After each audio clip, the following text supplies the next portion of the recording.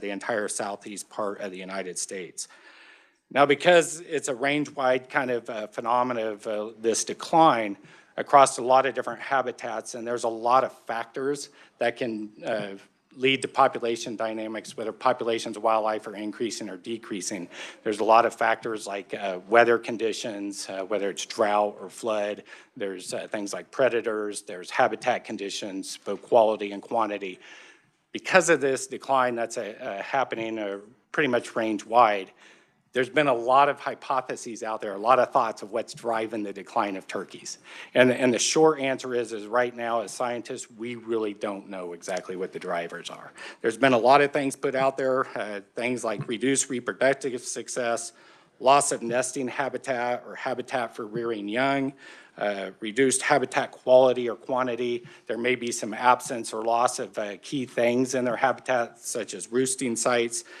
There's been just thoughts out there that just in general, there's been a reduction in the carrying capacity.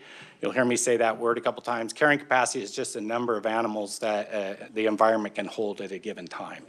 And so there's a lot of other things that have been hypothesized to lead to the decline of turkeys. It could be survival of young, it could be changes in predator communities, it could be changes in weather patterns, farming practices, disease, reduced food resources, even overharvest has been suggested. But the take-home message is we really don't know, and it's something that we're trying to figure out as biologists. And in Kansas, the agency, we have started a statewide multi-year turkey project, and I'll address some of that here as we go.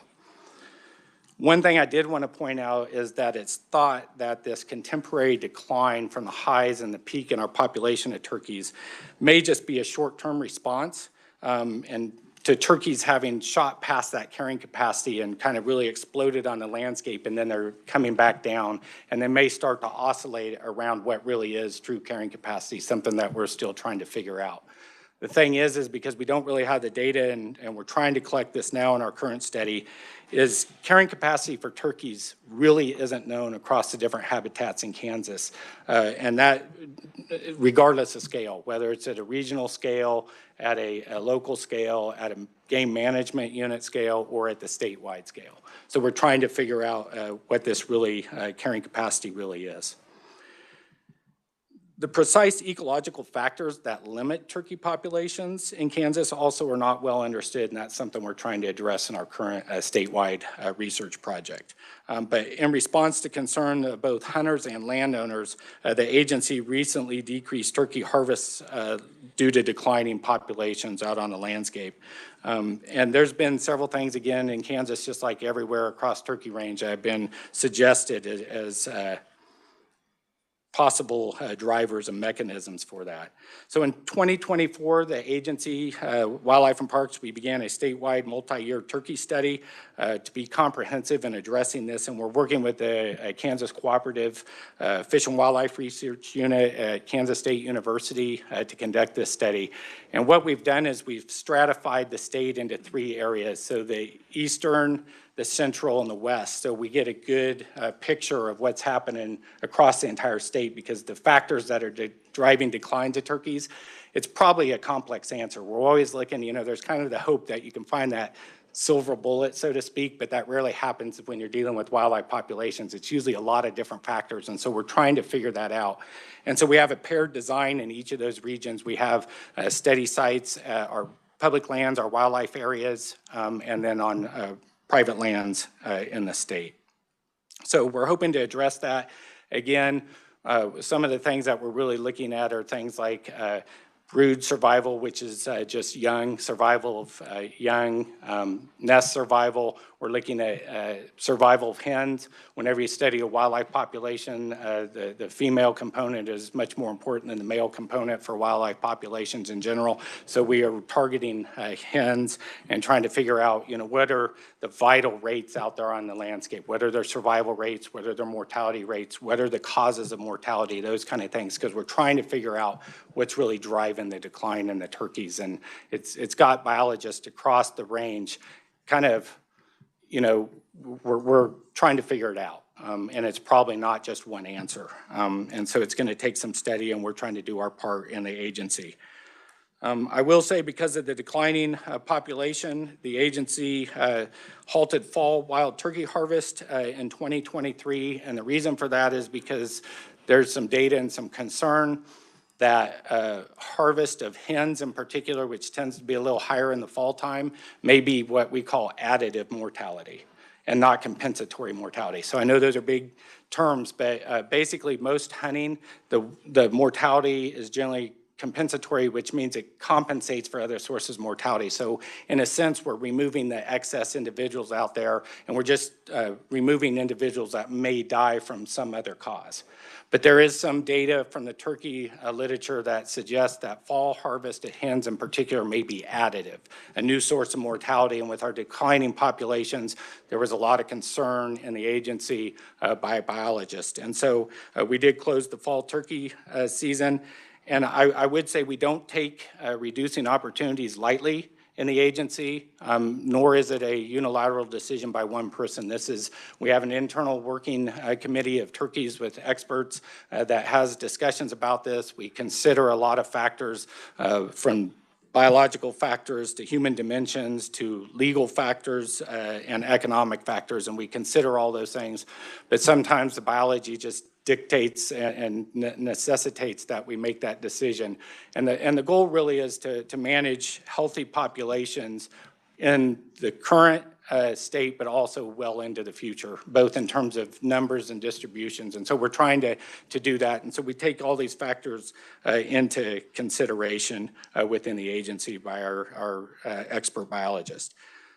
And again, I would say that Kansas isn't the only state in the region to reduce hunting opportunities with the declining bird numbers for turkeys. If you look to our neighbors to the north and to the south, both Nebraska and Oklahoma have recently both limited opportunities for turkey hunting because of the same concerns with declining populations.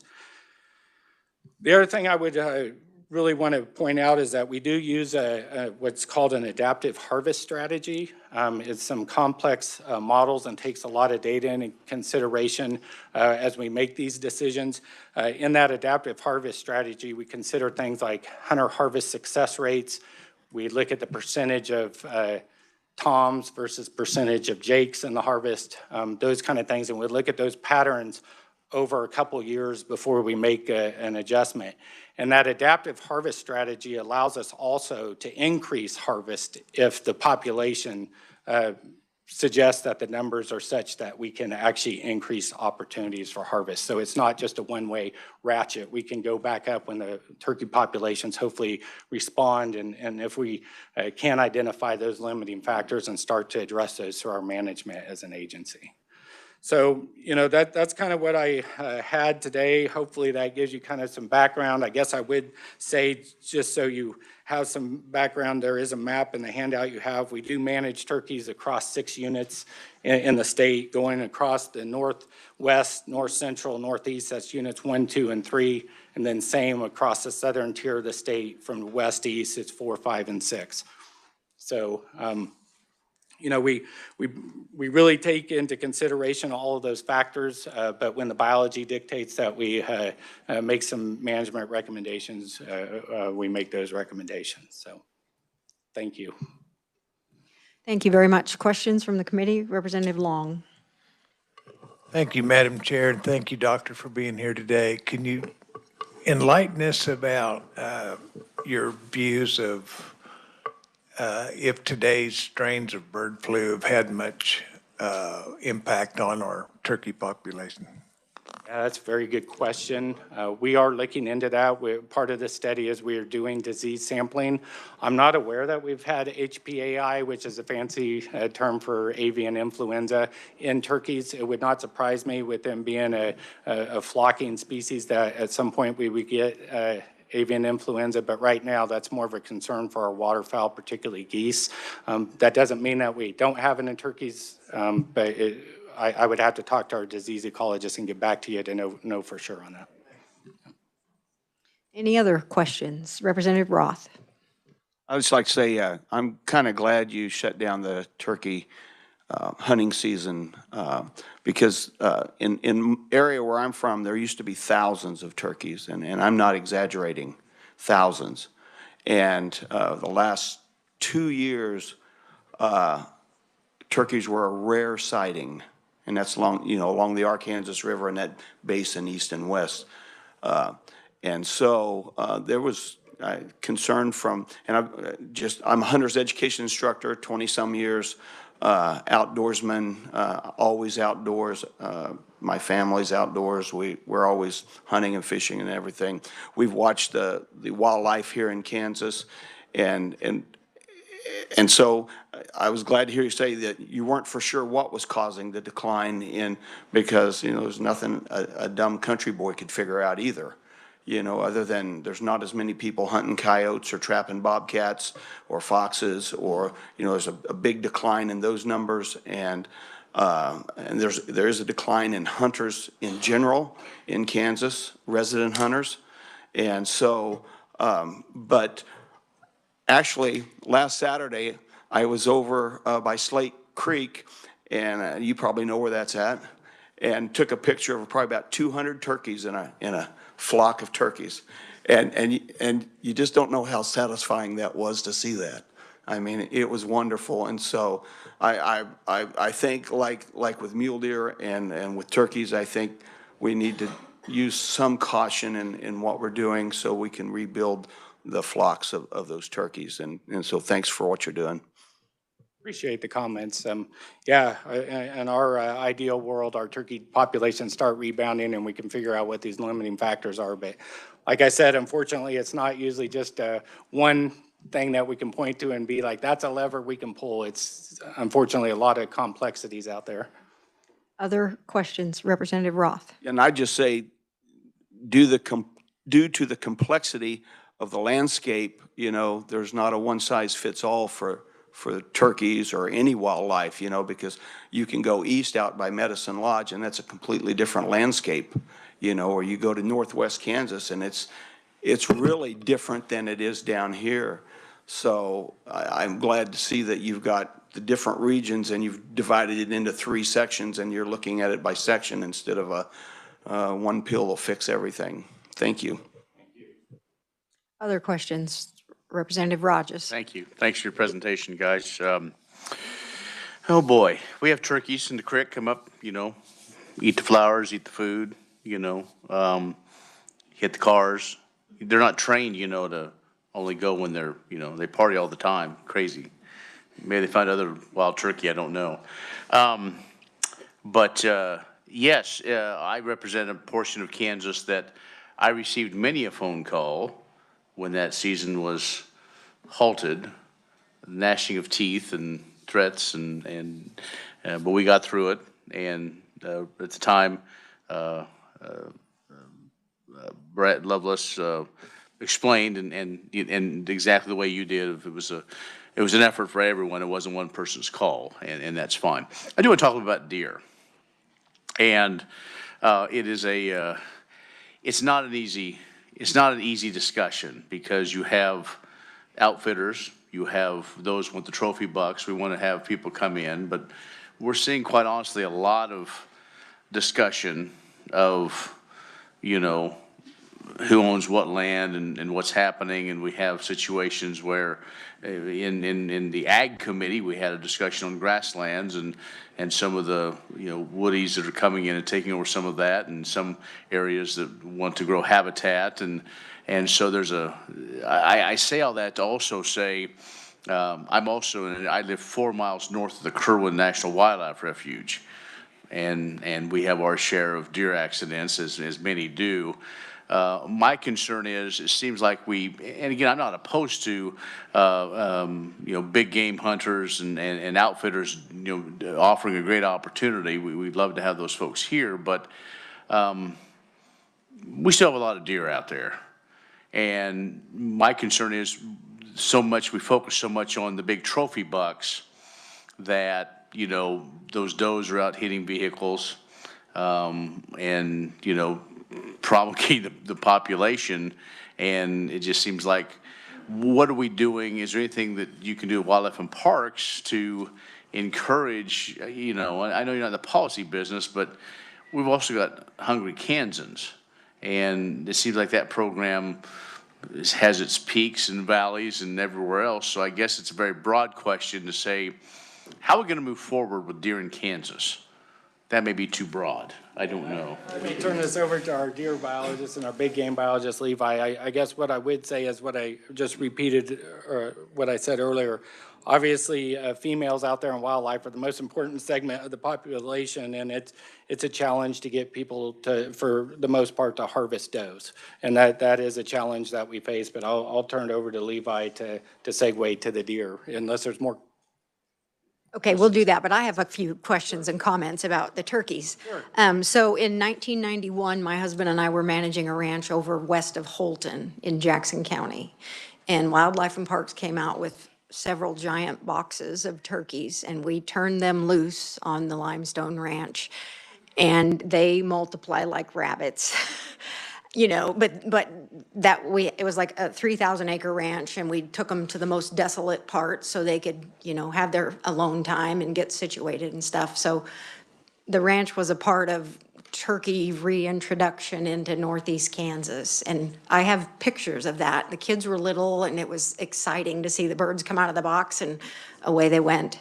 And in Northeast Kansas, we could send you some turkeys, Webb, because we see flocks of 100 or more on a regular basis up where I live northeast of Manhattan. So in different parts of the state, there are different populations of animals. So I appreciate the department's looking at all the different corners of the state and how populations are affected in those 6 areas. So there wasn't a season in '23. Will there be a fall season in '25, or have you not made that decision yet? That decision, I believe we don't have any plans for a fall season at this point. Okay. I think that's all the questions that I have for the turkey portion. So, Representative Roth. So just to follow up with the chair's question, isn't it possible that in the different segments of the state, there's higher population densities and lower population densities? And in those higher population density areas of the state, as she was referred to, couldn't there be some level of hunting in those areas with the higher population densities, as my friend from north of Kerwin has discussed, and the chair has discussed, that because there are some places, unlike where I'm from, where population went from seeing them every day to seeing 0, but they don't have that problem there. So couldn't there be a hunting season for specific areas of the state that have high population densities? That's something that we can discuss and consider. One of the things that we try to do as an agency is sometimes when you get very specifics to all these different locales, you can get a really complex permitting and tag system, and right. And so, you know, but that can be a challenge sometimes, as, you know, hunters trying to figure out, you know, which tag to purchase and those kind of things. And so we can definitely have those conversations about, and we do consider those in our turkey committee, those types of conversations. Thank you. And I would echo a support for having licenses in the higher populated parts of the state. So thank you for that, Representative Roth. Anybody else for the turkey specialist? Seeing none, let's move on to Levi Jaster, the Big Game Program Research Coordinator. Jasper, welcome to committee. Thank you, Madam Chairman. Thank you, members of the committee, for having me today. I'm going to start off, I guess, just a quick background. Unlike them, I'm not originally a Kansan. I came here, I grew up actually one state to the east over in Missouri. Came over to Kansas for school, left for some more school, and decided to come back to Kansas. But I am going to start to just kind of paint you a picture of what deer look like in Kansas and the conditions here. Southeast Kansas, eastern Kansas, you probably can't design better deer habitat for a white-tailed deer than what we've got in Kansas. You know, Kansas being state with lots of agriculture, we're not really limited on food for deer out there. It's more cover. And yet in southeast Kansas, eastern Kansas, there's lots of cover in those places with brushy areas, grasslands, intermixed with agriculture. You go out on the high plains, western Kansas, it's a really hard place for deer to survive all the time out there. Drought is common. We're lacking on cover out there. It's just frankly hard to grow it in the first place. While there's agriculture, it's not interspersed with that cover to help animals stick around there very long. But we've got mule deer out there, which specialize a little more in living in some of those kind of environments than whitetail, which is a little more of a generalist. So that's what we're starting from with, really hard to live place for deer out in western Kansas, really easy in eastern Kansas. So Kansas being in, we're kind of a Midwestern state in the east and a Western state in the west. And so it definitely presents some challenges. In western Kansas, we have mule deer and whitetail deer both. Mule deer are a declining population here. They're receding west. If you look back at old records, you can find records of mule deer being commonly seen over towards Manhattan even. Generally now, they're only found regularly in the western quarter of the state, and more so up in the northwest corner of the state than in the southwest corner of the state. Whitetails have started in the east. Our first deer season in modern day was in 1965. We were called the last state to have deer for the lower 48. We as an agency never did any reintroductions of deer. They're basically trickled in from other states that did their reintroductions, or there's some hazy records of potentially some private ones where people had released deer themselves. Since then, we've grown significantly on our number of deer out there. That really kind of coincided with the growth of CRP in the state, which is another reason, to say that we're very much a cover limited state instead of a food limited state, because having that extra grass on the landscape helped our deer herd grow. Today, we're looking at, declines in western Kansas, in both whitetail and mule deer, low numbers out there, to, as a biologist, we'd call overabundance in eastern Kansas. And a lot of our issues today are due to success, the conservation success we've had of deer in Kansas. But anyways, to start how we determine our numbers, I'll just kind of run through some of the information that we collect every year, some of our programs regarding big game. And so I'm going to start with population surveys. We do those in October and November. November's the peak of the breeding season. October's building up to that, but we do it in that time period because deer are a little more visible. We're starting to see crops getting harvested. It's really hard to see a deer that's out in standing corn. And so that's when we're running our transects. We do about 2,500 miles of transects across the state of Kansas. And they're located in what's considered representative habitat for each of our deer management units. On your handout, you can see the 18 deer management units that we work with. You may have heard of a deer management unit 19. That's up in the kind of the Kansas City to Topeka corridor. And that was put in place to increase our antlerless deer harvest. So we don't do things for bucks in that. That's just solely for antlerless doe permits. But we spread those transects throughout those units to try to get an idea across the unit. And then we use a distance analysis to work with that data. Basically, that's built on the principle that you're going to see stuff that's close to you more so than stuff farther away.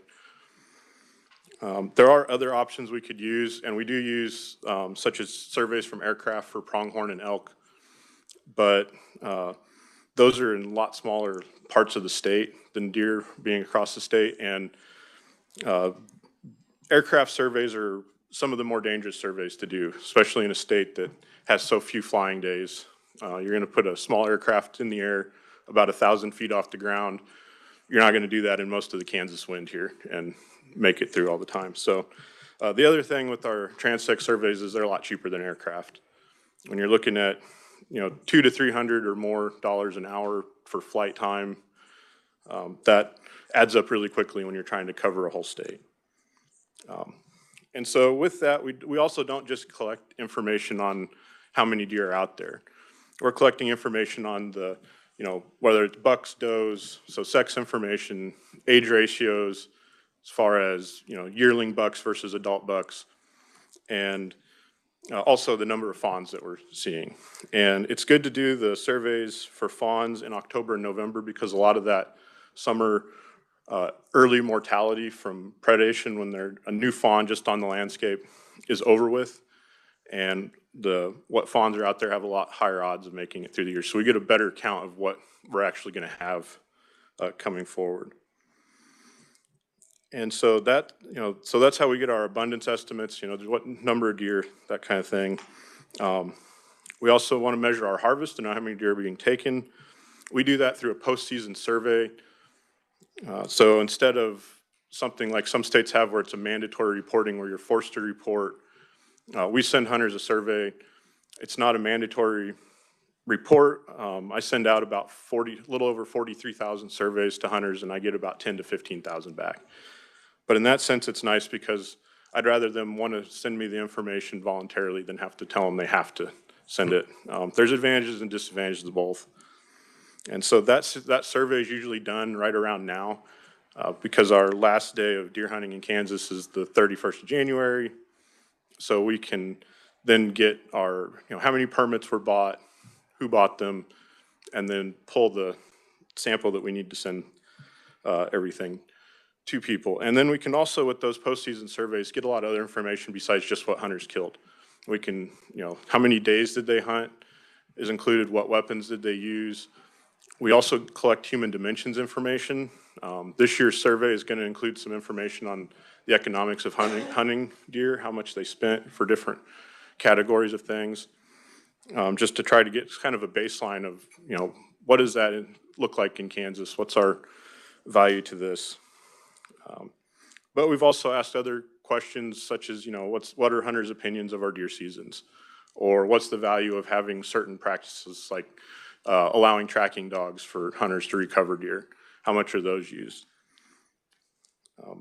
And then that information usually is crunched through. It takes about 3 weeks to get that survey back from hunters to get it out because we send a couple reminders in hopes that more people will fill it out.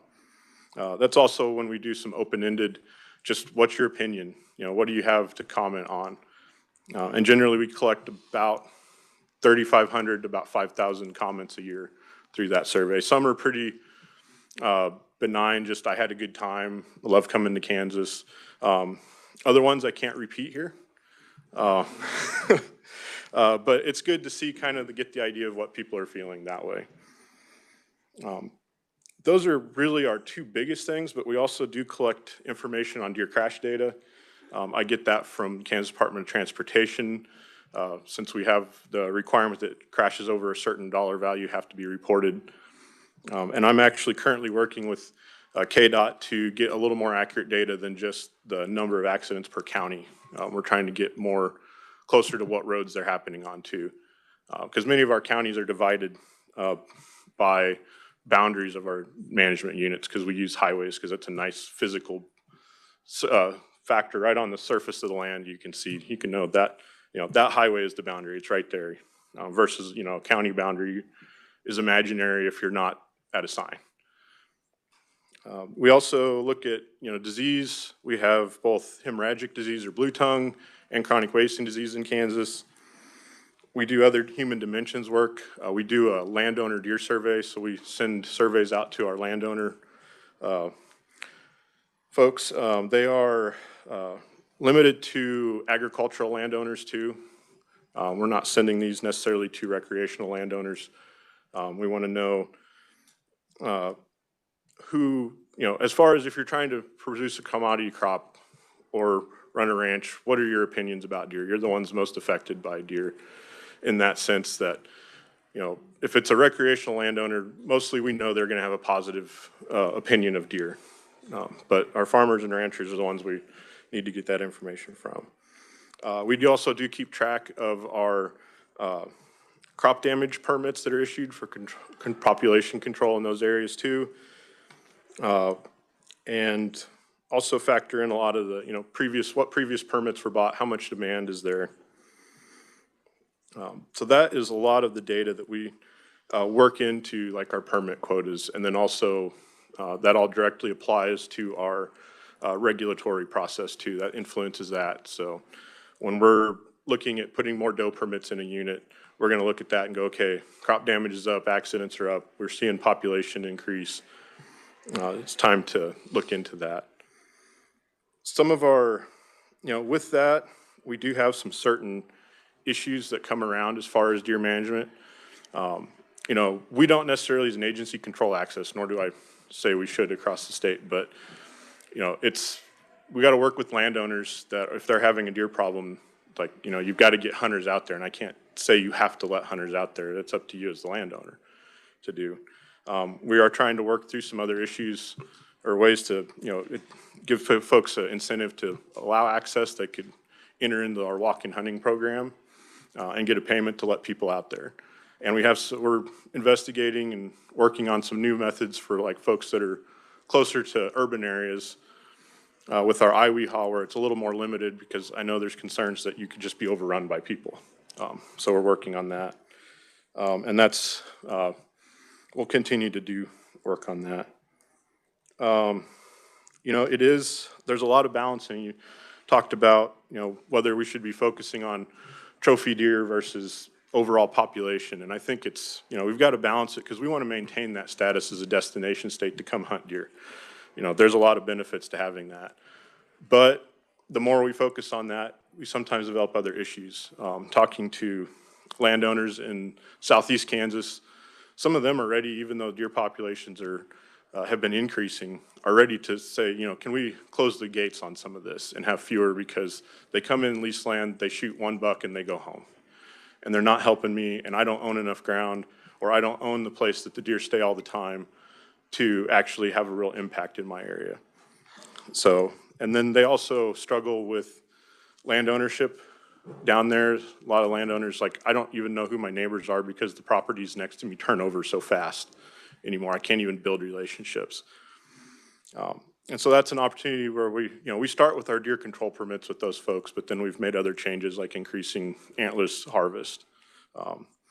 And that's been a large focus for us over the last several years, is trying to increase that antlerless harvest, because that's the real key to getting our populations down in places that we need to.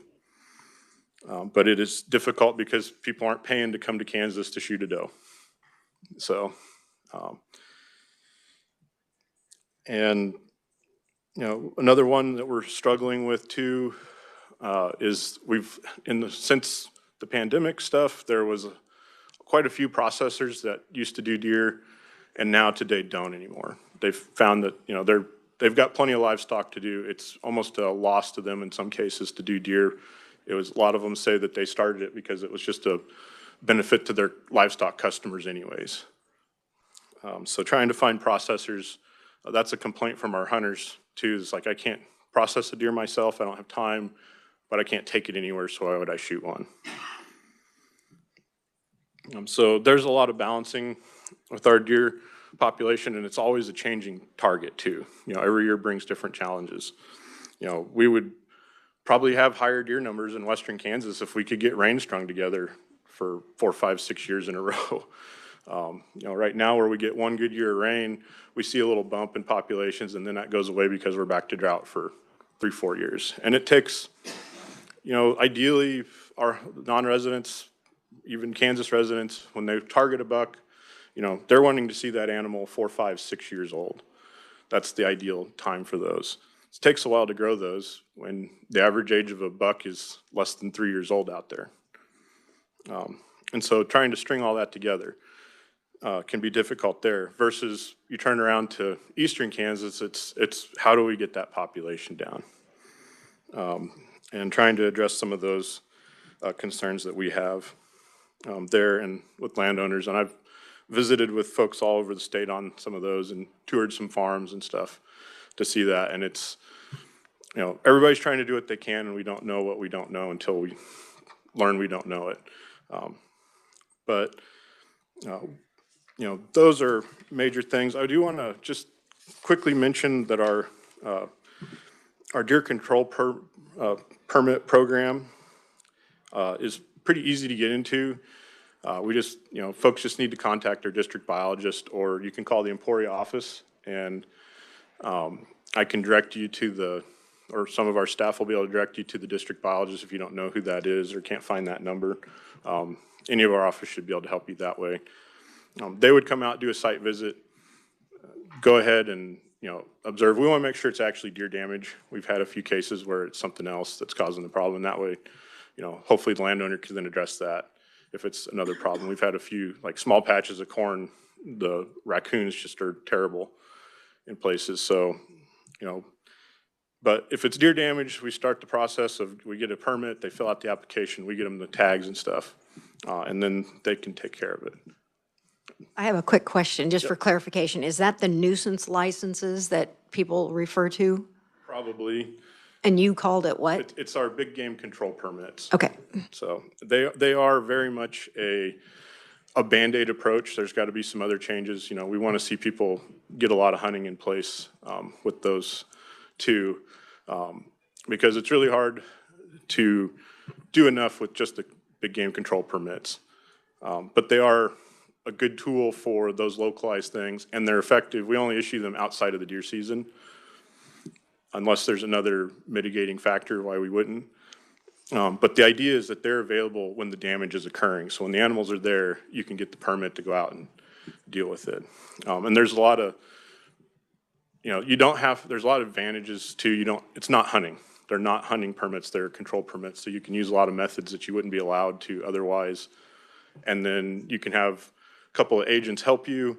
And there's also no mandatory requirement to use the carcasses. You can, you know, you should dispose of them properly, but you don't have to use the meat. And when it's 100 degrees out and you're shooting deer, you probably don't want to have to try to cut one up. Another question along that same line. Those control permits go to the landowner only? Or who's eligible to shoot those nuisance animals? So the landowner can get them, or the manager, the tenant on the property can also, although it's, you know, it's tough when you've got a landowner that wants to have lots of deer and then a tenant that's also trying to control deer for agricultural purposes, and we generally ask that they work that out amongst themselves. But they can get it, and then the landowner or the tenant are not the ones that actually have to do the shooting. They can name two agents. The agents have to be able to have a valid hunting license, or should have a valid hunting license, and be over 16 years of age and a Kansas resident. They're not a hunting permit for other folks. It's to take care of that problem. So the landowner does not, or the tenant does not actually have to do the shooting. They're just the ones that have to get the permit.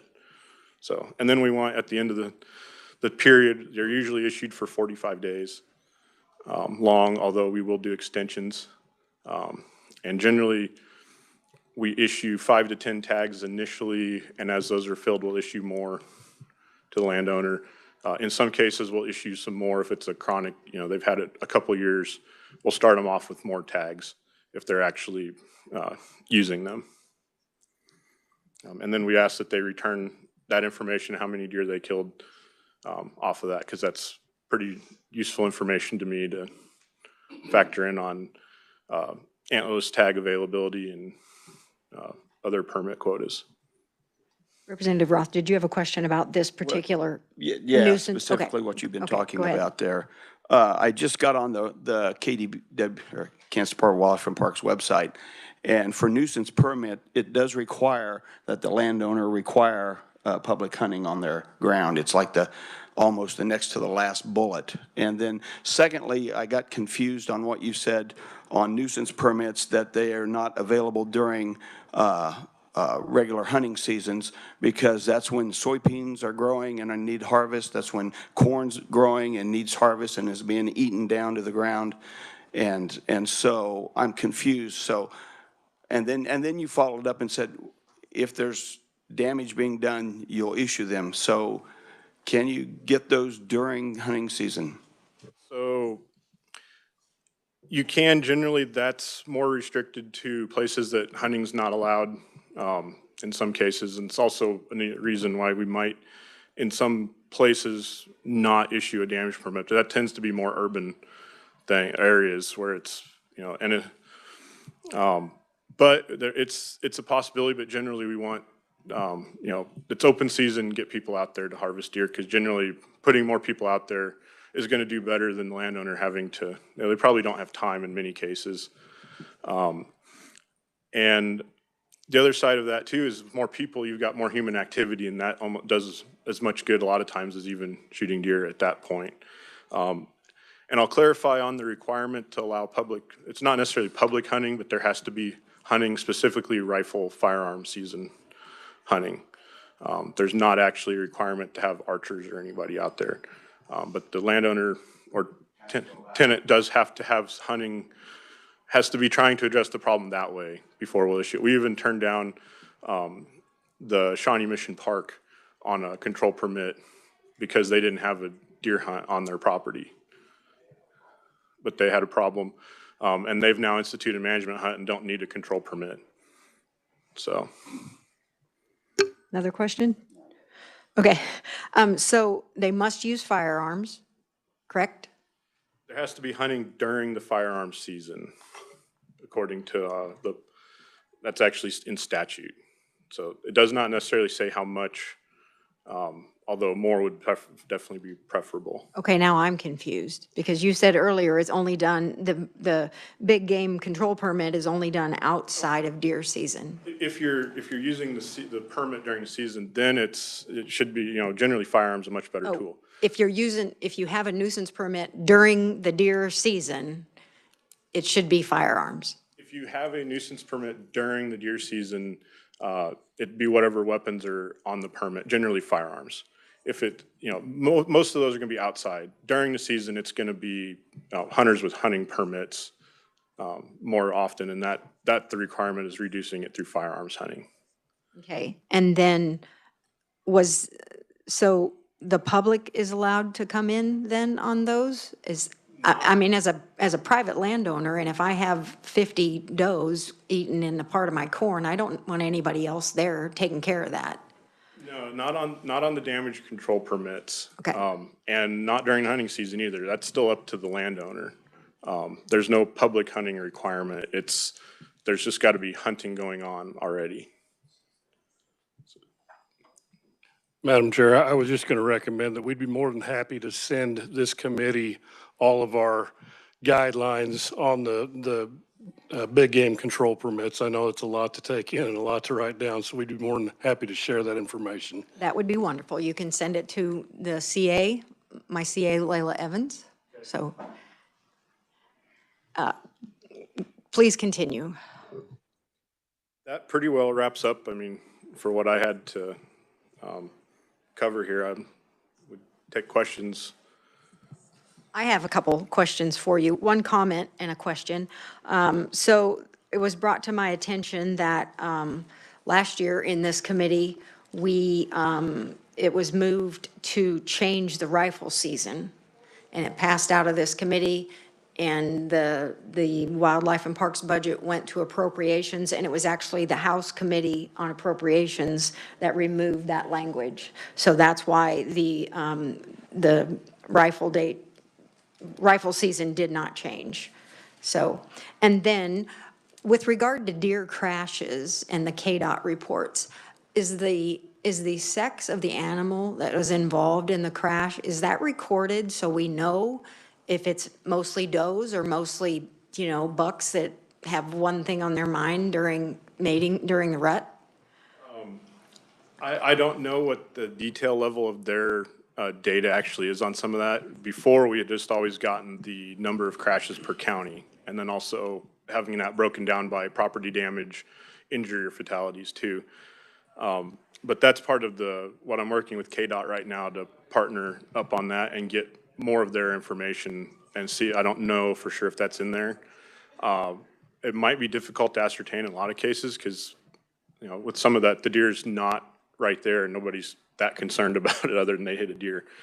I would say based on the biology and the fact that there's generally a lot more does than there are bucks out there, it's Mostly most of them's does. gonna be does. Because even if the buck's got one thing on the mind, the doe's probably running away from him at that time too. But just purely on how the population is broken up, we tend to have between one bucks to every 2 does to 4 or 5 does for every 1 buck. Target, we'd like to see it closer to that 1 to 2, 1 to 3 in a population. But in some places, it's definitely a lot higher does to bucks. I would make that suggestion to KDOT. If the deer's laying there in the ditch, lift a leg and find out what it is, so we have that record. So, any other questions? Representative Roth? Well, according to KHP, 6 people died from car deer collisions in 2022. And in 2023, 7 people died from deer vehicle collisions. And there were, in 22, 575 people were injured, having to go to the hospital. And in 2023, 658 were injured, having to go to the hospital. Now, it seems to be, just in that 2-year view, just increasing. And so that was just a comment on your data, because the data is out there, except it doesn't give the data for the sex of the deer. But I got a question, if you could answer it, is who is it requiring us to be a trophy state for deer? We aren't necessarily required to, but that seems to be what our Kansas citizens would like because they're benefiting from that. And that's what they tell us they want to see management for older age class deer. That's not necessarily preventing us from trying to reduce populations in places that we need to. It's access and getting hunters to shoot antlerless deer because in many of our places, we'd have a better hunting opportunity, including for trophy animals, if we reduce the population. Well, yeah, I mean, I believe it's a really complex situation, because then the question begs itself as, are people calling you and telling you we want a trophy state, or is it just members of a certain organization calling you and telling you that they want a trophy state? And then when you're not giving out more, like our numbers, I've got 2 articles from NPR and the local Capital Journal stating that licenses statewide, or hunting license, are diminishing for resident hunters, but like you've indicated, there's an increase for out-of-state hunters. And so that's an opportunity for a really economic boom to the state, as well as hotels and restaurants and Walmarts or whatever, But it's so complex, because then when you don't do that, then all of a sudden people from out of state are coming in and buying land that the local landowner has wanted to buy for years and years and years, because some folks seem to have an unlimited amount of money, and it's causing even a bigger problem. And so I would question whether the citizens of Kansas is actually wanting a trophy deer state, other than in a small number of people in a certain organization that wants trophy deer in Kansas. And I can't say that it's a specific organization. I take a lot of that from our hunter comments, which aren't, they go out random sample, and it's whoever wants to respond. And so generally what they complain about to me across that is that, well, I'm not seeing the bucks that I want to. I'm not seeing, this many, or it's not as good as it used to be. And we got to work towards that. We should put in, antler point restrictions so bucks can get older, such things as that. And, generally it's human nature in some cases to say that, to tell me this and tell me that well, yeah, we shoot does, but then are you really, what is it? And so, again, we try to focus on that, harvesting does is important because not only is it population control, it is actually going to get you better hunting for what you're after. Because fewer does out there means, more resources available to every deer. And so those bucks can grow. It's also one reason we've, increased antlerless opportunity and don't necessarily put more opportunity out there to harvest bucks, because I don't want people to skip shooting a doe because they have shot, had more opportunity to shot a buck instead. So, Madam Chair. Representative Roth. So with 98% of the land being private in Kansas, that gets it back into this complex situation that I think, for me, is complex, of thinking why land's being purchased away from and just left. And then, as we heard on the Ag Committee, what are those obnoxious trees or whatever they're called, growing up and causing a lot of problems. And so part of it is, to me, it seems like you're creating a bigger problem by hanging on to, well, we got to be a trophy state, and we've got in my area, no one will believe me, but in a half a mile section, which was an 80 and an 80, we stopped counting deer at 200. And that's not uncommon. And I've not talked to one single person that's in the ag industry, whether farming or ranching, that doesn't want all the deer eliminated. And they've taken me out, they call me, said, come out and look at my cornfield. And the corn's just, you see it all the way around the edges, acres of ground wiped out. And you see 40-acre bean fields put to nothing, down to dirt. And so that's impacting their economic well-being. And I'm not talking one or two, I'm talking bunches of people. And as a hunter's education instructor, the main thing I hear is there's no place for me to go hunt. And then a bigger issue, as I sometimes I do music at nursing homes, there's still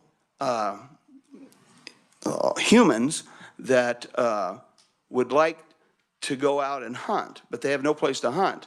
And you have weehaw hunting, which is not accessible by anybody with any kind of physical impairment, such as my knees right now. We used to hunt weehaw all the time. We drug deer out 3/4 of a mile, because you can't go in there with anything and bring them out. But now, at my age and visiting with people, there's still people that are elderly that would love to go out and hunt, but there's no place to go. And the walk-in hunting areas, you have to walk in, and many of us are not able to walk like we used to. And so I would really like to see a different perspective on this deer thing. And it's okay to have the big bucks. My family's never hunted for big bucks. We want big bodies because we like the meat. And so I just think that there ought to be a different paradigm regarding deer hunting in Kansas, because the car deer accidents, how much is one life worth? So. the hardest phone calls I've had to deal with is somebody that just lost a loved one in a deer accident crash. A lot of the cases, we don't control the access, and so that's up to the landowners. And it is a very complex issue. And in many cases, I can, issue more and more doe tags, and if nobody can get to the deer to hunt, then they're not going to get harvested. They won't get used. It is, and I will let Stuart talk about address the weehaw. Yeah, Representative Roth, I appreciate your comments. One of the things that I've challenged our wildlife division staff is, to your point, can we look at some sort of access for disabled hunters on our walk-in tracks? We do allow a lot of that on our public wildlife areas where an individual can contact our public lands manager and make accommodations. But I've challenged staff to, let's take a look at that on the WEHA side of things on private land, and maybe we can expand that program to include some of that in the future. So I appreciate those comments. Representative Roth. And I appreciate that, and don't think that I'm really down on the wildlife and parks and what you're doing, because I do appreciate everything that you're doing for Kansas and for Kansans. The one thing that I would ask that you consider, because, and let me say, I appreciate what you're doing out in western Kansas, because in my opinion, way out there, there may not need to be a deer season. I mean, there's just not. I drove Thomas and Sherman counties, and we used to drive those, and there was mule deer everywhere. And I saw 4 deer in probably 300 miles of driving. And so there's not that population out there. But for the population that's from Great Bend, if you drew a line, and east, there's a significant number of deer. And maybe a portion of helping with that would be to expand the rifle deer season to earlier than it starts.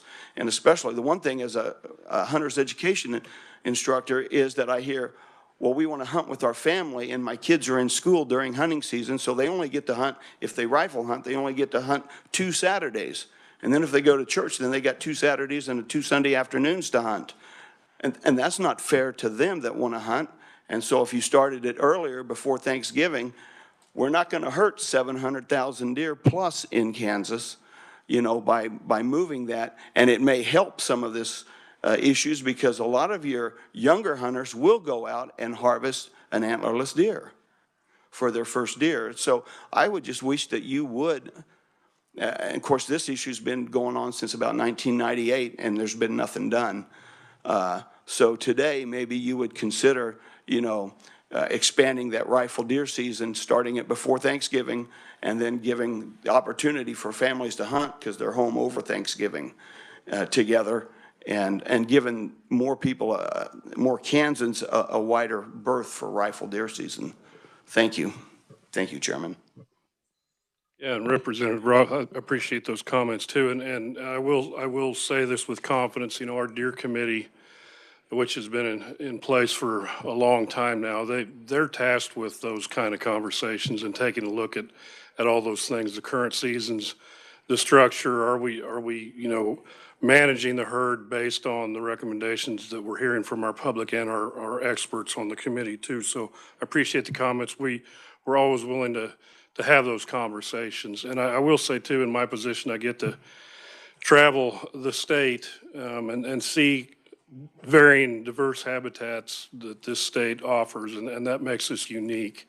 And so I do see the differences and the distinctions between the geographical regions of the state. I've got in-laws over by Kensington, they're north of Kerwin too, and it's a decided difference between what it is in Cherokee County. So my point with that is, it's been said here before today, is we don't view this management as a one size fits all. And we can't manage that way. So we'll continue to do our due diligence in looking at all these factors when we make these recommendations and considerations. Anyone else have any questions for the Representative Bloom? I know you're in a difficult position, but I've lost friends. I have 2 granddaughters that are registered nurses. They leave their families every morning in the dark to go to their jobs. I'm petrified they're going to be killed. I came from Clay Center yesterday. I counted 6 dead deer along the road. That's 100 miles. Is it possible just to give the tags away? Would people take them? I mean, not even charge. Or you have a problem. We have a problem. We have a huge problem. When it starts to killing our citizens, it's not funny, and nothing ever gets done. No, it's not funny that people die in deer vehicle accidents. It's the concept of free tags. I've looked at it from other states, and they don't get used. A lot of times they're treated kind of like napkins at a fast food joint. You grab a bunch because, oh, I might use it, and then you throw pretty much all of them in the trash can. It's better to have folks have a little bit of skin in the game so that they want to use the tag. I understand, you know, where they can't get in to kill a lot of deer. That's a big problem too, and I don't know how to solve that. But I mean, we're just crawling with deer.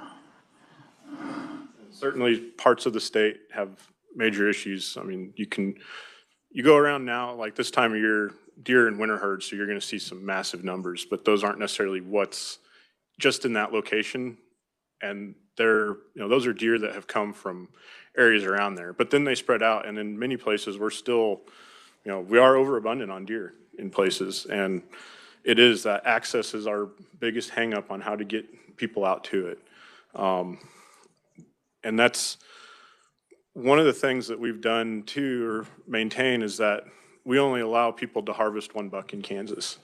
And I don't want to go to 2 because, by the time you get to hunters that have take 1 deer, that's the majority of our deer hunters out there. By the time you get to those that take 2, that's almost all of them. There's not that many that take multiple deer. And I'd like to see that, increase, folks that take more. But if we give those people that do take 2 the opportunity to take another buck, many of them will do that instead of taking a doe like they would otherwise be required to. That is a big problem. Everybody you talk to, they want that big buck, and they don't want does. And I don't know how you would solve that either, but something, we got to figure out something. We've had discussions. I dislike the idea of going to like an earn a buck. I hate to mandate people have to do this or that on their properties per se, but in many of these places, we may have to, further investigate moving to something like that. Just to, if you're going to come here and hunt, you're going to have to take a doe first before you take that buck. You could, or 2. It'd be harder to get that one through, but that's something we've also considered giving or having tags that are cheaper, but they have a deadline. So you've got to use it by a certain date. Rather than, and then if you don't get a deer by that, you've got to buy another tag to harvest one. But that, giving people a deadline to get it harvested, I run into folks when I ask them about why they don't harvest, more does. It's like, well, I wanted to wait till I shot my buck. And so, and that, it takes them to the end of the season to shoot their buck and then they're not hunting anymore. Or, well, why didn't you go out in January if you want? Well, the weather wasn't good, or I was watching the Chiefs play on Sunday, so I didn't go out that day. They can find a lot of excuses why they didn't do something. That's, where some of this balance comes in is, what opportunities for what they really would like to hunt versus, what we need them to really be harvesting. And then also, if you give people too much time, they procrastinate and don't go. But if you don't give them enough time, they can't get out and hunt very much. So it's always trying to look into that. And again, it's really complex, and our biggest bottleneck right now is that access, getting hunters out to places to hunt deer.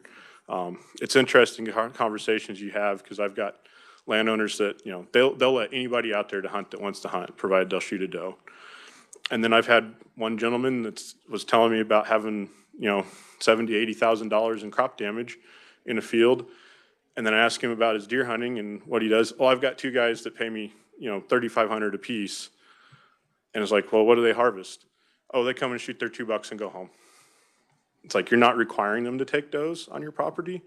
You just told me you've got 10 times the value and damage that you get from these guys. So it's a complex issue, and a lot of, trying to work with landowners on their preference and how do we provide that access out there. Thank you.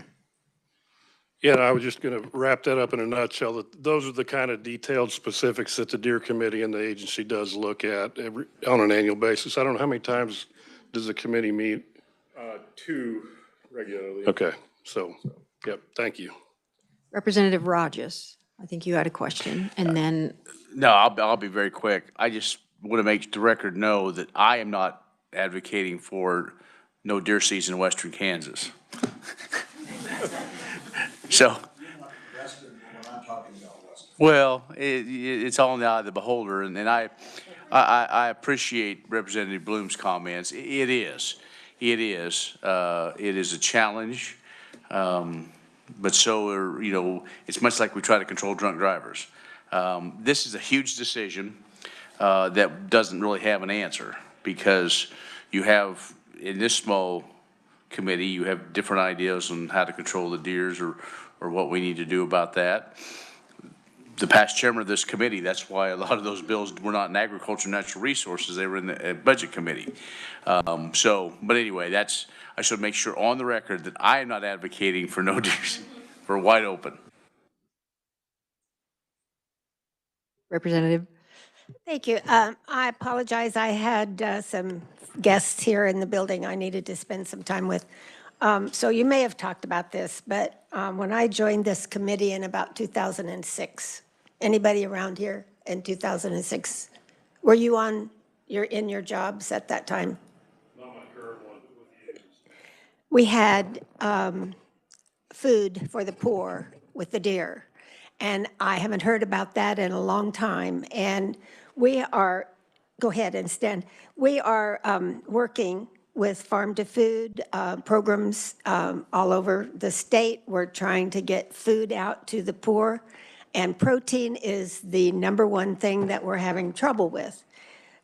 Recently, during COVID, I helped to get a couple of locker plants started up that had been not operating, and they wanted to come back into business. So that may have been a reason that I don't know why we stopped. Or would you discuss that possibility for us, please? Thank you, Representative Carlin. We actually have continued that program. It used to be called Farmers and Hunters Feeding the Hungry. Now it's just labeled Hunters Feeding the Hungry. And that is it's a very popular program. We advertise it in our hunting regulations on the website. Hunters can, I believe, check a box when they buy their deer permit to donate and buy their deer permit. The agency also does contribute somewhat to that program annually to help offset those locker plant costs. So it is a very popular program.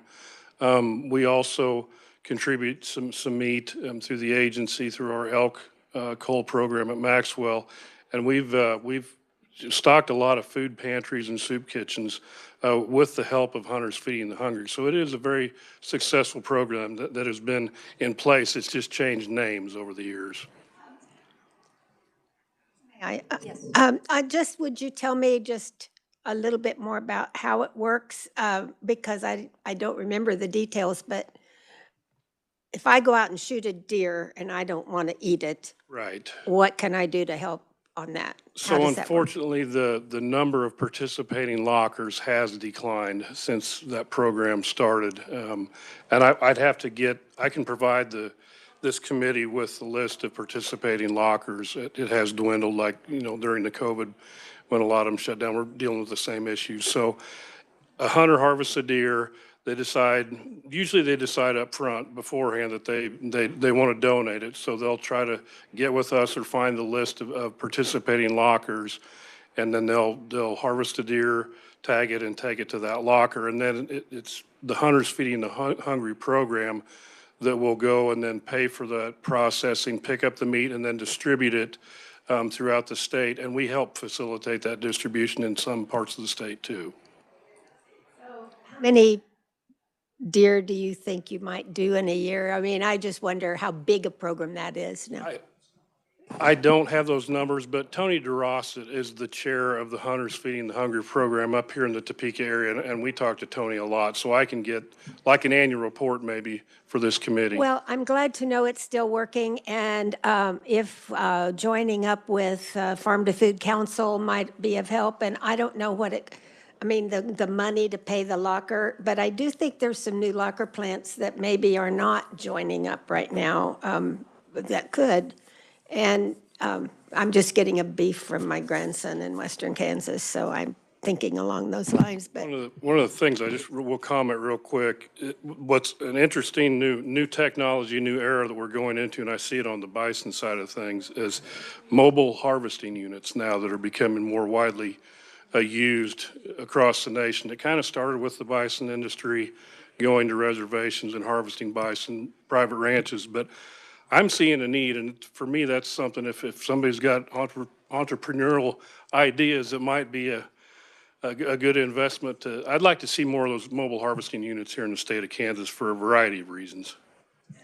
so what does that unit do? Deliver it, or does it doesn't? They actually, the way it's set up now, they go out to the site, Pick up the harvest the deer. animal and cut it up, Oh, they per the- actually butcher it. And it's a cooled, refrigerated unit. And so then they can either take it back to their locker and package it, or there's kind of varying degrees of how they process it. Well, I think if I read the tea leaves right now, I think that we're going to have a lot more need for people without jobs needing food. And so it might be a good time to beef up our advertising along that line. And I would really like to get contact. Sure. Thank you. Be glad to do that.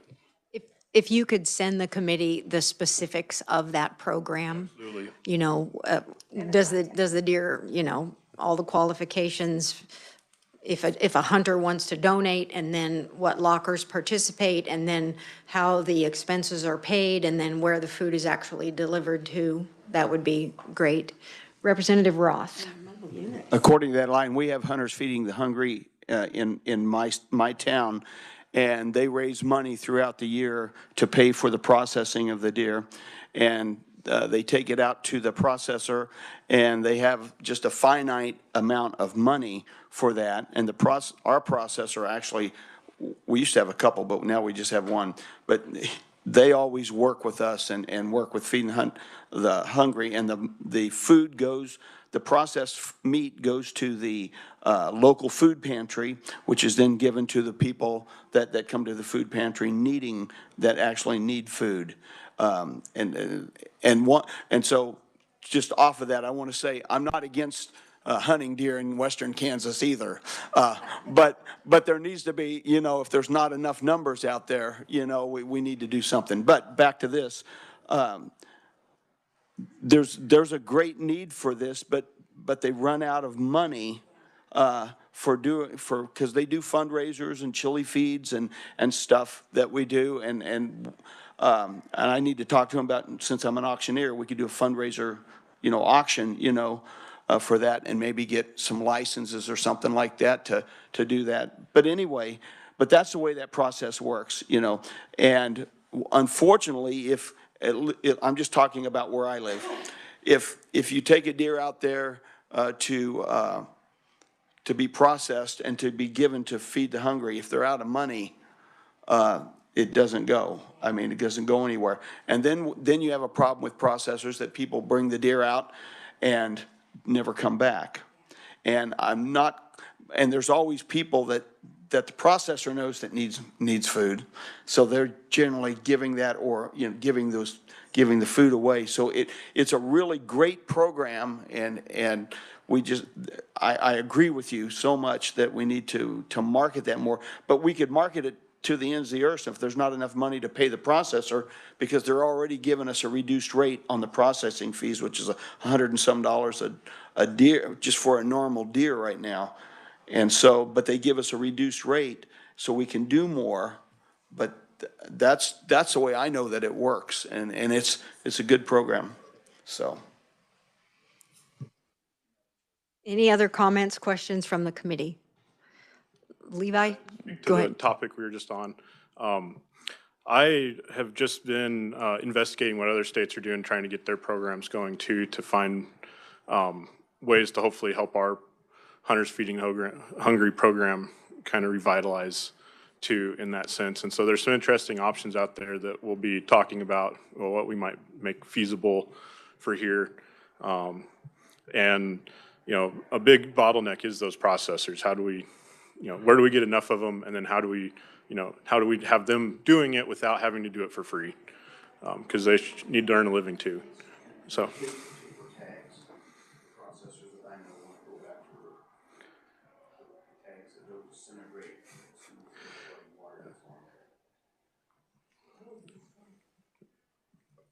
Any other questions or comments from the committee? Okay.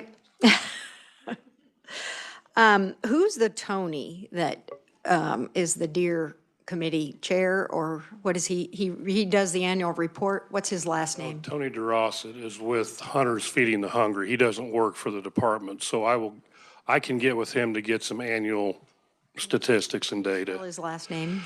Oh, I'd have to write it down. Maybe I'll get. Put that in your report I will. back to us. I will. Because I know a Tony that's heavy into the deer world, and I don't know if it's the same guy or not.